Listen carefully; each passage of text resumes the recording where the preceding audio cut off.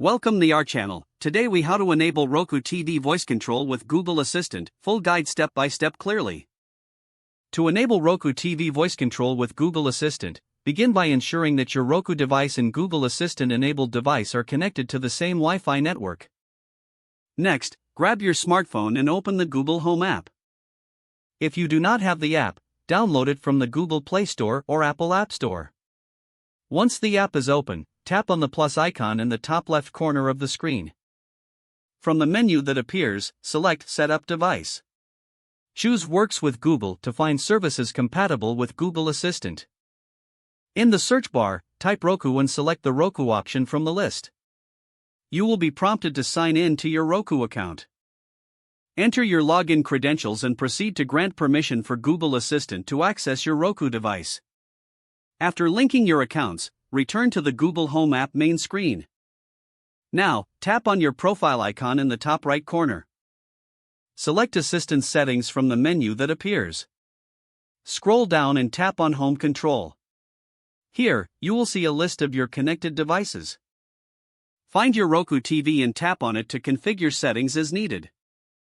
Once setup is complete, you can start using voice commands with Google Assistant. Test the setup by saying, "Hey Google, turn on your Roku TV name." You can now also try commands like, "Hey Google, play show name on Roku."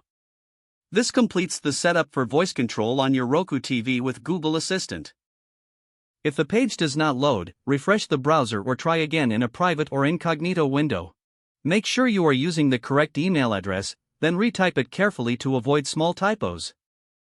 If your password is not accepted, use the reset option and create a new strong password you can remember. Check your spam folder for verification or security emails, then complete any requested confirmation steps. Enable two-factor authentication if available to improve account security and reduce unauthorized access risk.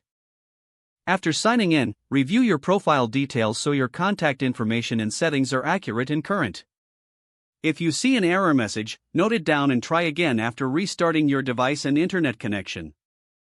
Log out when you finish, especially on shared devices, to keep your account and payment information secure.